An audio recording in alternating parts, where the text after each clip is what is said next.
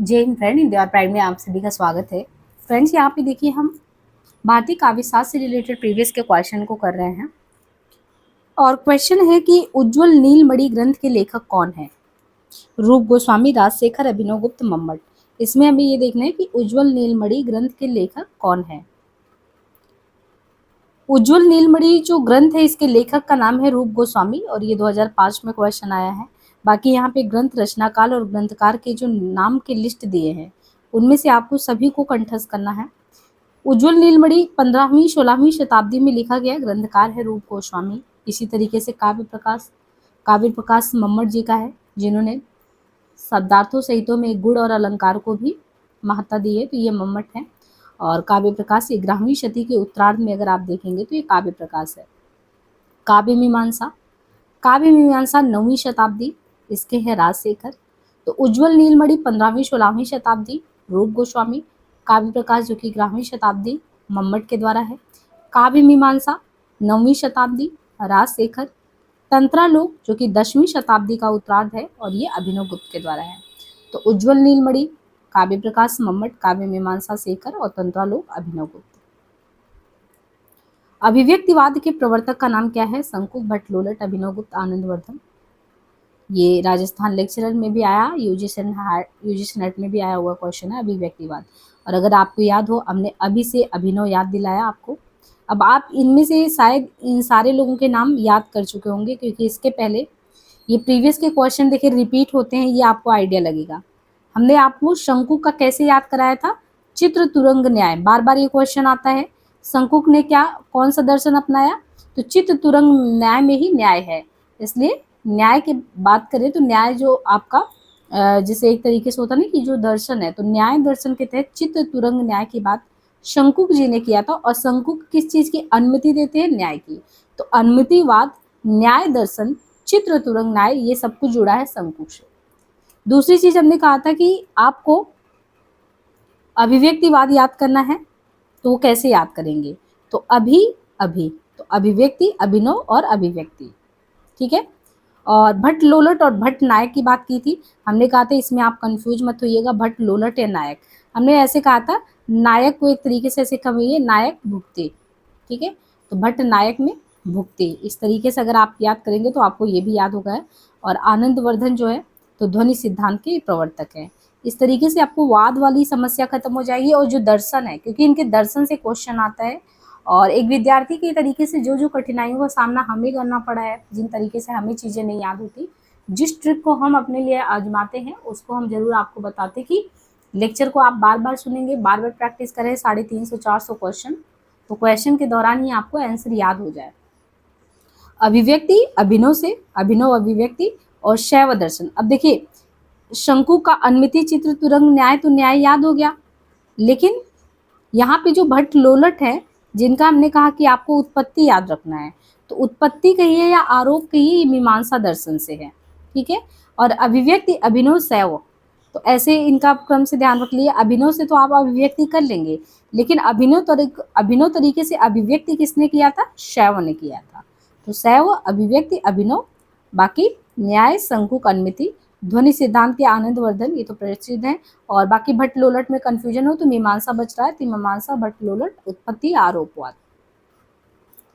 रस सूत्र के व्याख्याकारों को सही अनुक्रम में देखें तो भट्ट लोलट, शंकुक है, भट्ट नायक, अभिनव गुप्त। अब यहाँ पे देखिए 2005 में फिर क्वेश्चन आया, लेकिन यहाँ पे आपको इनके क्रम से जो सिद्धांत है दर्शन लगाने, इससे आपको ये तो आइडिया होता होगा कि दर्शन के भी क्वेश्चन आते हैं सिद्धांत लगाने के। तो फिर हम ऐसी चीजों में किसी भी तरीके से इस क्वेश्चन को छोड़ नहीं सकते, क्योंकि ये सभी को आता होगा लगभग। तो भट्ट लोलट उत्पत्ति, आरोप, मीमांसा, शंकुक, अनुमति, न्याय। भट्ट नायक हमने कहा भुक्ति, भुक्ति से ध्यान रखिए, नायक भुक्ति। और देखिए ऐसे कहिए कि नायक जो हीरो है, तो एक तरीके से उसकी कौन सी दृष्टि है, भोगवादी दृष्टि, तो भुक्ति भी है और एक तरीके से नायक भी है। तो वो सांख्य दर्शन का पालन करता है और अभिनव का शैव है। आप इसमें से कुछ भी करेंगे तो ये चारों को अक्सर एक साथ देते हैं ना, तो आप एक दो भी आता रहेगा, तो ऐसी स्थिति में होंगे कि क्वेश्चन आपसे गलत नहीं होगा।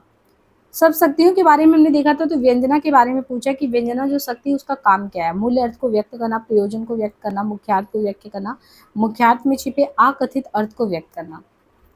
तो शब्दा में हमने देखा सबसा जो चीजें होती है व्यक्त हो जाती है, लेकिन इससे पहले के एक एग्जाम्पल में आपने देखा था जैसे कहा गया चौकन्ना हो जाओ, तो चौकन्ना हो जाओ उसमें डायरेक्ट तो कुछ नहीं कहा, लेकिन कुछ तो ऐसा जिसकी वजह से चौकन्ना की बात कह रहे हैं। तो जो मुख्यार्थ है यानी मुख्य के अर्थ में जो छिपे अकथित अर्थ है, जो नहीं कहा जा सकता लेकिन मुख्य अर्थ में छिपा है, उसी को व्यंजना करता है। और अभिधा, व्यंजना, लक्षणा, लक्षणा तो इन सबसे अलग है। तो मुख्यार्थ में छिपे अकथित यानी मुख्य के अर्थ में जो छिपा हुआ अकथित जिसे नहीं कहा जा रहा है फिर भी आप समझ रहे हैं, उसे कहते हैं। रुद्रट वक्रोक्ति को शब्दालंकार मानते हैं, इसे अर्थालंकार किसने माना? वक्रोक्ति को शब्दालंकार कौन मानता है? रुद्रट। किसको मानते हैं? वक्रोक्ति को। रुद्रट वक्रोक्ति को और शब्दालंकार मानते हैं, तो इसे अर्था कौन मानता है? दंडी। रुद्रट वक्रोक्ति को यानी रुद्रट जो है वक्रोक्ति को शब्दालंकार मानते हैं, जबकि दंडी वक्रोक्ति को अर्थालंकार मानते हैं। तो ये ध्यान रखना है, रुद्रट वक्रोक्ति को शब्दा, जबकि दंडी वक्रोक्ति को अर्था। वामन रीति संप्रदाय क्षेमेंद्र औचित्य यानी वामन जो है रीति संप्रदाय से जुड़े हैं, क्षेमेंद्र जो है औचित्य से है, आनंदवर्धन ध्वनि संप्रदाय के प्रवर्तक आचार्य हैं। इनमें से कौन भरत मुनि के रस सूत्र का व्याख्याकार है? मम्मट, भामा, भट्टलोलट, क्षेमेंद्र। तो कौन है भरत मुनि के रस सूत्र का व्याख्याकार? भट्टलोलट। भरत मुनि के रस सूत्र के व्याख्याकार हैं भट्टलोलट। भरत मुनि के रस सूत्र और उनके व्याख्याकारों के क्रम से अगर देखें तो सूत्र में है विभावानुभावा व्यभिचारी संयोग दृशा निष्पत्ति। भरत मुनि जो कि रस संप्रदाय के प्रवर्तक है, तो एक तो ये हो गया कि विभावानुभावा व्यभिचारी संयोग दृशा निष्पत्ति, तो भरत मुनि रस संप्रदाय के प्रवर्तक हैं। और व्याख्याकार में देखें तो भट्टलोलट, फिर श्री शंकुक, भट्टनायक, अभिनवगुप्त। इससे ये आपको पता चल रहा है कि रस संप्रदाय के प्रवर्तक में अगर क्रम से देखें तो भट्टलोलट भी है, श्री शंकुक है, भट्टनायक, अभिनवगुप्त भी है। काव्य शास्त्र के इन ग्रंथों को रचनाकार के नाम से सम्मिलित करना, ध्वन्यालोक, साहित्य दर्पण, रस गंगाधर, काव्य प्रकाश। तो काव्य शास्त्र के ग्रंथों इन रचनाकारों में ये सही सुमेलन में देखें तो ध्वन्यालोक 9वीं शताब्दी आचार्य आनंदवर्धन, साहित्य दर्पण 14वीं शताब्दी आचार्य विश्वनाथ, रस गंगाधर 17वीं शताब्दी पंडित राज जगन्नाथ, काव्य प्रकाश 11वीं शताब्दी का उत्तरार्ध मम्मट, काव्य मीमांसा 9वीं शताब्दी राजशेखर। तो ध्वन्यालोक 9वीं शताब्दी आनंदवर्धन, साहित्य दर्पण 14वीं शताब्दी विश्वनाथ, गंगाधर 17वीं, पंडित राज जगन्नाथ, काव्य प्रकाश और काव्य मीमांसा राजशेखर। अनमितिवाद की अवधारणा किसकी है? भट्टनायक, लोलट, विश्वनाथ, शंकुक की। तो अनमितिवाद की अनुमति किसने दिया था? शंकुक। तो यहाँ पे देखिए आप जो भी दर्शन बचे यहाँ पे वो पूरी लिस्ट ही दे दी गई आपको। अनमितिवाद की अवधारणा शंकुक ने दी थी और हमने कहा था अनुमति किसने दिया? शंकुक ने, और न्याय करने के लिए चित्रंग न्याय। फिर आपने देखा कि हमने कहा कि नायक होता है जो भोगवादी दृष्टि भी है, भुक्ति भी है, तो वो सांख्य दर्शन। उत्पत्ति या आरोप किसने लगाया? तो भट्टलोलट ने, मीमांसा दर्शन। अभिव्यक्तिवाद अभिनवगुप्त का है, शैव दर्शन। बाकी रस सिद्धांत तो भरत मुनि का है, साधारणीकरण भट्टनायक का है, ध्वनि सिद्धांत आनंदवर्धन का है। निम्नलिखित में से कौन सा काव्य गुण नहीं है? श्लेष, शक्ति, माधुर्य, समाधि। इसमें कौन सा काव्य का गुण नहीं है? तो कौन सा नहीं है? शक्ति काव्य गुण नहीं है। भरत मुनि ने काव्य गुणों की संख्या कुल 10 माने हैं। श्लेष, प्रसाद, समता, समाधि, माधुर्य, ओज, पद, सुकुमारता, अर्थ शक्ति, कांति, उदारता। तो 10 में से अगर देखें तो शक्ति काव्य गुण नहीं है। बाकी श्लेष, भरत मुनि ने जो काव्य के गुणों के बारे में बात की है वो काव्य गुण में श्लेष है, प्रसाद है, क्षमता गुण है, समाधि है, माधुर्य, ओज है, पद, सुकुमारता, अर्थ शक्ति है, कांति है, उदारता है। भक्ति को रस रूप में प्रतिष्ठित करने वाले आचार्य कौन है? किसने जो है भक्ति को रस के रूप में प्रतिष्ठित किया है? तो वो कौन से आचार्य हैं? रूप गोस्वामी। भक्ति को रस रूप में प्रतिष्ठित करने वाले आचार्य रूप गोस्वामी एवं मधुसूदन सरस्वती दोनों हैं। यानी भक्ति को रस रूप में प्रतिष्ठित करने वाले आचार्य रूप गोस्वामी भी है और मधुसूदन सरस्वती भी हैं, पर रूप गोस्वामी प्रमुख माने जाते हैं इसमें। रूप गोस्वामी अपने ग्रंथ हरिभक्ति रसामृत सिंधु में मुख्य और गौड़ 2 प्रकार के भक्ति रस माने गए हैं। रूप गोस्वामी के अनुसार भक्ति परम रस रूपा है। पाणिनि ने किस ग्रंथ के द्वारा भाषा को एक रूपता देने का प्रयास किया है? तो ये है अष्टाध्यायी। पाणिनि का जो भाषा या ध्वनि को एक रूपता प्रदान करने वाला ग्रंथ है अष्टाध्यायी, 7वीं 8वीं शताब्दी ईस्वी पूर्व। पाणिनि का अष्टाध्यायी कात्यायन की वर्तिका और पतंजलि का महाभाष्य। पाणिनि का भाषा अगर देखें या ध्वनि को एक रूपता देने वाला ग्रंथ अष्टाध्यायी है, 7वीं 8वीं शताब्दी। और पाणिनि का अष्टाध्यायी, कात्यायन की वर्तिका, पतंजलि का महाभाष्य, तीनों ने मिलकर व्याकरण को उच्चतम बिंदु तक पहुंचाया है। अष्टाध्यायी में प्रत्याहार, सूत्र, कारक, संक्षिप्तता, शब्द व्युत्पत्ति, पद विभाग, वर्ण विकार इत्यादि वर्णन है। इसमें लगभग 4000 सूत्र हैं। निम्नलिखित सिद्धांतों और चिंतकों को सुमेलित करना: अनुमितिवाद, उत्पत्तिवाद, साधारणीकरण, अभिव्यक्तिवाद। तो यानी क्रम से मिलाए सिद्धांत और प्रवर्तकों में। तो जो अनुमति है ये शंकु का है, उत्पत्तिवाद भट्ट लोलट का है, साधारणीकरण भट्ट नायक का है, अभिव्यक्तिवाद अभिनव का है, रस सिद्धांत भरत मुनि का है। भरत मुनि के रसूत्र में निम्नलिखित में से किसका उल्लेख नहीं है? अस्थायी भाव, अनुभाव, विभाव या विचारी भाव। तो किसका नहीं है? अस्थायी भाव का नहीं है। भरत मुनि के रसूत्र में किसका उल्लेख नहीं है? अस्थायी भाव का। विभाव भी है, अनुभाव भी, व्यभिचारी भी है, भाव विभाव अनुभाव, लेकिन अस्थायी भाव नहीं है भरत मुनि के रसूत्र में। वैसे ऐसे लगेगा एक फ्लो में हम पढ़ेंगे तो ऐसा लगेगा अस्थायी भाव होगा, लेकिन भरत मुनि के रसूत्र में अस्थायी भाव नहीं है, ये ध्यान रखना है। तो आचार्य भरत मुनि ने अपने ग्रंथ नाट्यशास्त्र में रसूत्र की व्याख्या की है। देखिए व्याख्या में ही शुरू हो रहा है, विभावानुभावा, यानी विभाव भी है, अनुभाव भी है, विभावानुभावा व्यभिचारी संयोग दृशा निष्पत्ति। शब्दों की द्वयर्थी योजना से कौन सा अलंकार होता है? शब्दों की द्वयर्थी योजना से कौन सा अलंकार दिखता है? अनुप्रास, श्लेष, वक्रोक्ति, उत्प्रेक्षा। तो ये है वक्रोक्ति।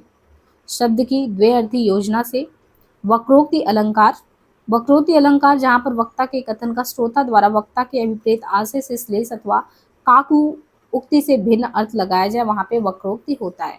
वक्रोक्ति में शब्द के दो अर्थ होते हैं। गौरवशालिनी प्यारी हमारी, सदा तुम्हें एक इष्ट हो न गौ नहीं हो अवसा, आलिनहु नहीं अस्काहे कहे। आचार्यों और उनके सिद्धांतों के साथ देखें तो भट्ट लोलट, शंकुक, भट्ट नायक, अभिनवगुप्त, और क्रम से अभिव्यक्तिवाद, उत्पत्तिवाद, अस्तित्ववाद, अनुमितिवाद, भुक्तिवाद को सुमेलित करना है। तो आचार्य और उनके सिद्धांतों में देखें तो भट्ट लोलट उत्पत्तिवाद, मीमांसा दर्पण, शंकुक अनुमितिवाद, न्याय दर्शन, भट्ट नायक भुक्तिवाद, सांग, अभिनव अभिव्यक्ति, शैव, और शास्त्र का क्या है? अस्तित्ववाद।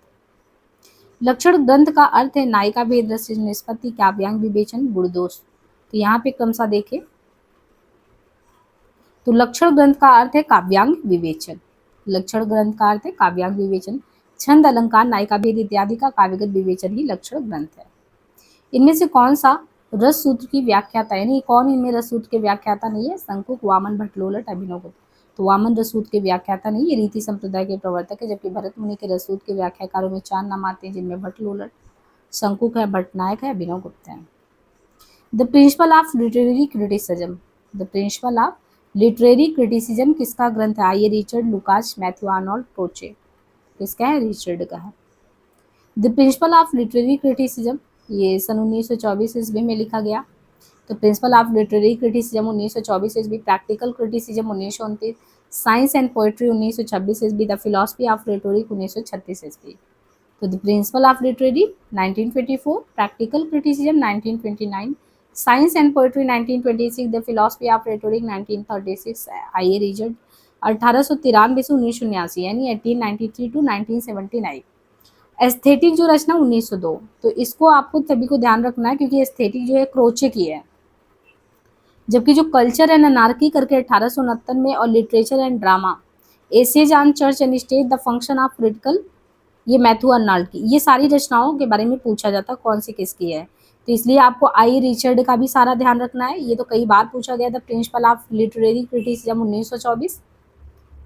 देखिए इनका एक तो है कि प्रिंसिपल जो सिद्धांत है लिटरेरी क्रिटिसिज्म, एक प्रैक्टिकल क्रिटिसिज्म, दो हो गया। यानी 24 में लिखा इन्होंने जो सिद्धांत है लिटरेरी क्रिटिसिज्म का, और प्रैक्टिकल क्रिटिसिज्म इन्होंने 1929 में 5 साल बाद लिखा। साइंस एंड पोएट्री 1926 में लिखते हैं, द फिलॉसफी ऑफ रेटोरिक 1936 में।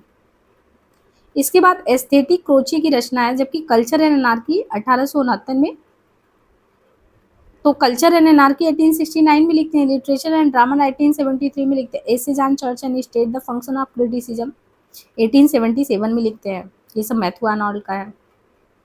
भरत मुनि, भामा, विश्वनाथ, अभिनवगुप्त। तो क्रम से देखे दिए गए आचार्यों में भरत मुनि 2वीं शताब्दी नाट्यशास्त्र, भामा 6वीं शताब्दी काव्यालंकार, अभिनवगुप्त 10वीं शताब्दी का उत्तरार्ध ध्वन्यालोक लोचन, विश्वनाथ 14वीं सदी साहित्य दर्पण। भरत मुनि के अनुसार काव्य में कुल कितने गुण होते हैं? 10, 3, 5, 7। तो कितने होते हैं? 10।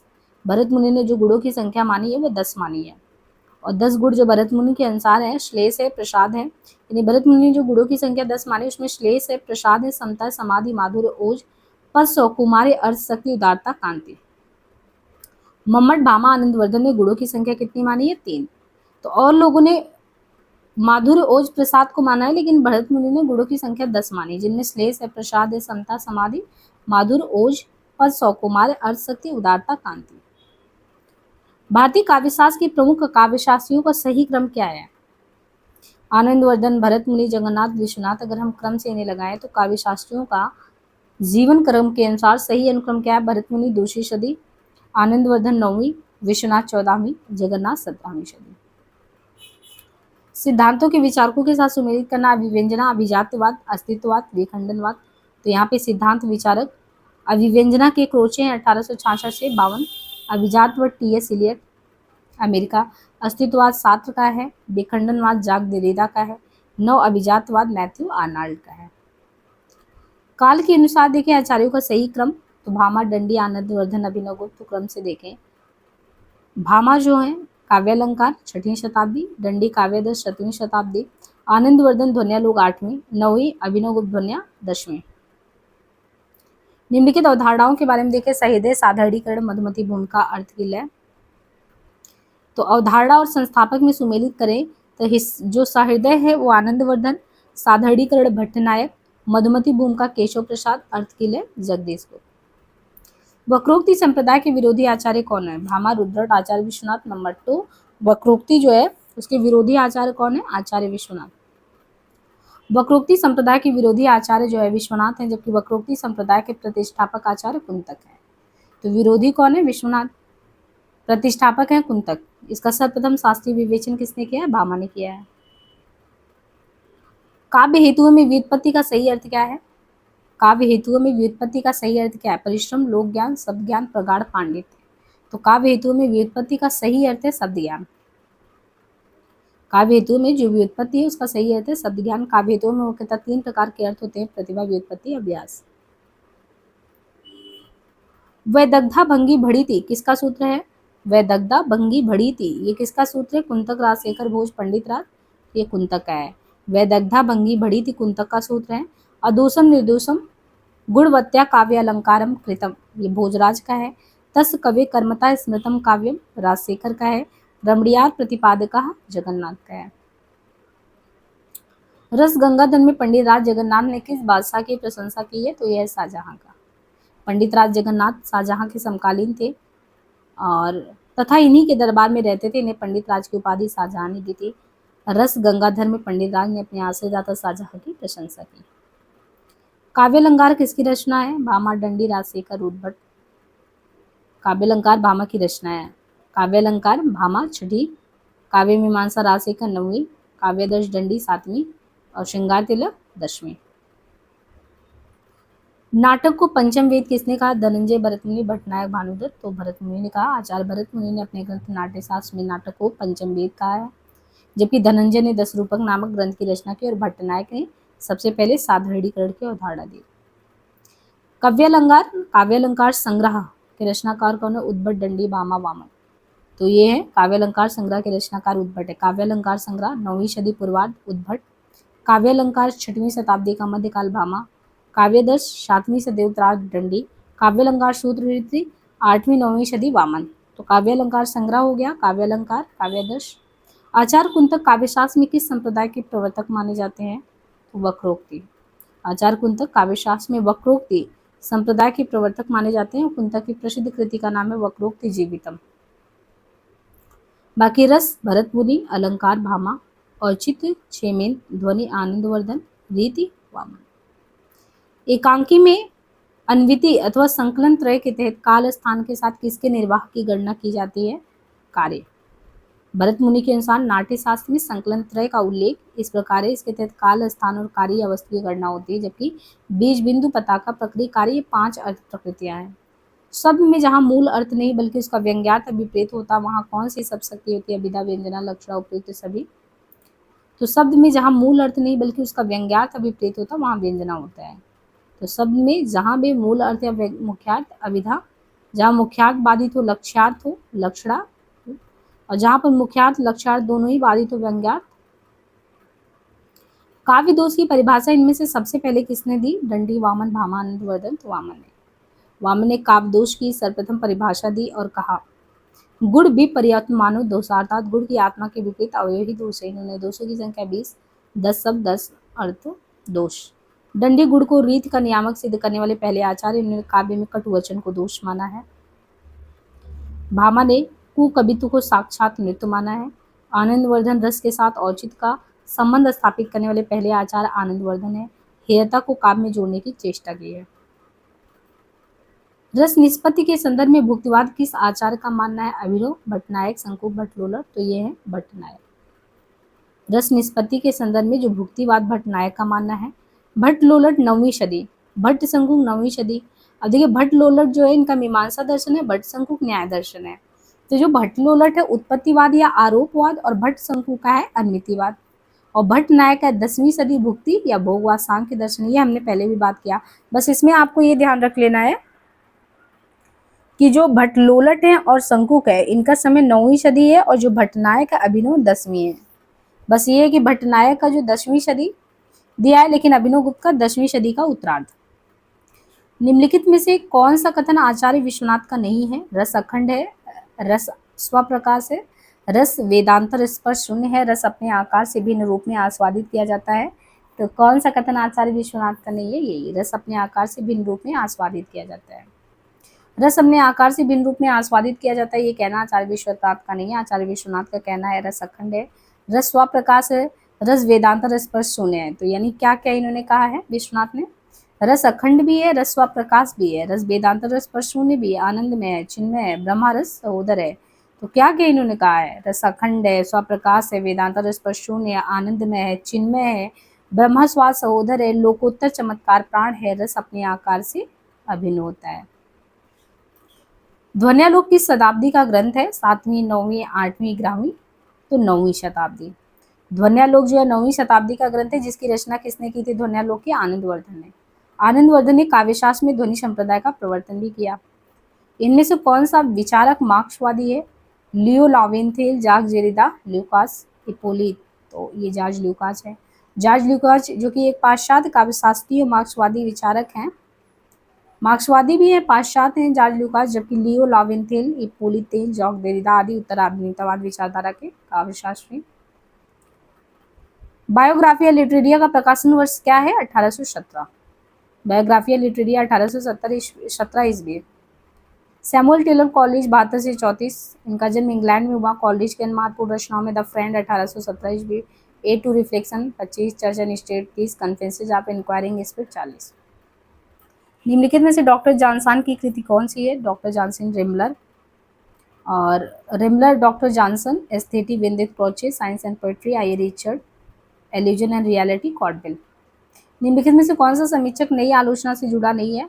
स्पिनगॉन, क्लीनब्रुक्स, रोलाबार, जानक्रो, रैंसम। तो कौन नहीं जुड़ा हुआ है? रोलाबार। स्पिनगॉन, क्लीनब्रुक्स, जानक्रो, रैंसम यानी रोलाबार नई आलोचना से संबंधित नहीं है, बल्कि यह उत्तर संरचनावाद अवधारणा से जुड़े हैं, जबकि स्पिनगॉन, क्लीनब्रुक्स तथा जानक्रो, रैंसम आलोचक नई आलोचना से जुड़े हैं। महिम भट्ट द्वारा प्रतिपादित सिद्धांत है अनुमानवाद, लक्षणवाद, तात्पर्यवाद, अभिव्यंजनावाद। तो महिम भट्ट द्वारा प्रतिपादित सिद्धांत अनुमानवाद है, जबकि अभिव्यंजनावाद क्रोचे द्वारा प्रतिपादित सिद्धांत है। चंपू के दो भेद हैं, विरुद्ध और कपालक, विरुद्ध और कुलक। तो यहाँ पे हम क्रम से देखें तो गद्य और पद्य मिश्रित काव्य रचना चंपू काव्य कहलाता है। इस नवीन काव्य शैली की रचना आचार्य विश्वनाथ ने राजस्तुति के लिए की। इसके दो भाग हैं, विरुद्ध और करमभग। निम्नलिखित में से किस आचार्य ने अलंकार और अलंकार में अभेद माना है? भामा, विश्वनाथ, कुंतक, आचार्य शुक्ल। तो ये है शुक्ल। आचार्य शुक्ल अपने काव्यशास्त्रीय ग्रंथ रस मीमांसा, तो आचार्य शुक्ल अपने काव्य शास्त्रीय ग्रंथ रस मीमांसा के वर्णन में अलंकार को विशेष रूप में स्वीकार करते हुए काव्य में रसानुकूल अलंकारों को ग्राह्य मानते हैं। आचार्य शुक्ल के अनुसार आलम्बन विभाव के तहत आने वाले वस्तु का वास्तविक स्वरूप ही अलंकार है और उसमें आरोपित की गई वस्तुएं अलंकार कहलाती हैं। काव्य संप्रदायों का सही विकास क्रम क्या होगा? भारतीय काव्यशास्त्र के काव्य संप्रदायों का विकास क्रम है रस संप्रदाय, अलंकार, रीति, वक्रोक्ति, ध्वनि। क्रम देखिए, पहले रस है, फिर अलंकार है, फिर रीति, वक्रोक्ति, ध्वनि और औचित्य। संप्रदाय और प्रवर्तक में देखें तो रस संप्रदाय जो है ये आचार्य भरत मुनि, अलंकार आचार्य भामा, रीति आचार्य वामन, वक्रोक्ति कुंतक, ध्वनि आनंद वर्धन, औचित्य क्षेमेंद्र। काव्य के अर्थ वैज्ञानिक विवेचन का शुभारंभ किसने किया? काव्य के अर्थ के वैज्ञानिक विवेचन का शुभारंभ इसमें से किसने किया? तो वामन ने। आचार्य वामन ने काव्य के अर्थ के वैज्ञानिक विवेचन का शुभारंभ किया। वामन रीति संप्रदाय के प्रवर्तक, इनके द्वारा रचित ग्रंथ का नाम है काव्यालंकार सूत्र। रस को नाट्य तक सीमित रखने का सबसे पहले विरोध किसने किया? यानी कि रस है इसको नाट्य तक सीमित रखने का विरोध किसने किया कि यहाँ पे जो है नाट्य तक ही सीमित रखा जा रहा है, इसका विरोध किया अभिनव गुप्त ने। तो अभिनव गुप्त ने रस को नाट्य तक सीमित रखने का विरोध करते हुए रस को व्यंजना का व्यापार कहा। अभिनव गुप्त के अनुसार रस नाटक या काव्य रचना का तत्व या अंग ही नहीं, अपितु संपूर्ण रचना में व्याप्त रहने वाला तत्व है। अभिनव गुप्त के अनुसार जिस प्रकार जगत शिव की इच्छा शक्ति की अभिव्यक्ति, उसी प्रकार प्रेक्षक के मन में वासना रूप में अवस्थित अस्थायी भाव की निर्विघ्न अभिव्यक्ति जो है वो रस है। विश्वनाथ के अलावा किस आचार्य ने साहित्य शब्द को अपने ग्रंथ नाम में प्रयुक्त किया है? भामा, रुय्यक, राजशेखर, आनंदवर्धन। तो ये है रुय्यक। विश्वनाथ के अलावा रुय्यक ने जो है साहित्य शब्द को अपने ग्रंथ नाम में प्रयोग किया है। इनका समय 12वीं सदी है। इनका प्रसिद्ध ग्रंथ अलंकार सर्वस्व साहित्य मीमांसा है। समास की अधिकता ओज कहलाती, ओजस समास भूयश्वत्तम, यह किसका कहना है? तो इसमें किसका कहना? वामन का। आचार्य वामन के अनुसार ओजस समास भूयश्वत्तम अर्थात समास की अधिकता को ही ओज कहा जाता है। तो यहाँ पे हमने कुल 50 क्वेश्चन किए, 400 क्वेश्चन आपने लगभग कर लिए है काव्य शास्त्र का। और तो आपका विश्वास भी बढ़ रहा होगा कि हाँ काव्य शास्त्र में आपके अच्छे कमांड होने वाले हैं। तो आज के लिए इतना ही, बाकी हम नेक्स्ट वीडियो में मिलेंगे। कॉन्सेप्ट को भी देखते रहिए। बाकी चैनल पे शुक्ल जी के सीरीज को करवाया गया, डॉक्टर नगेंद्र का चल रहा है। इन फ्यूचर में हम गद्य साहित्य पे काम करने वाले हैं, हिंदी साहित्य के गद्य इतिहास पे, तो वो जल्दी सीरीज आएगा।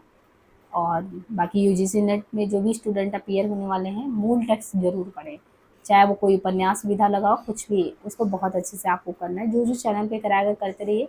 बाकी आने वाले समय में हम आपको यूजीसी नेट की फुल प्रिपरेशन इस पर कराएंगे। तो आज के लिए इतने।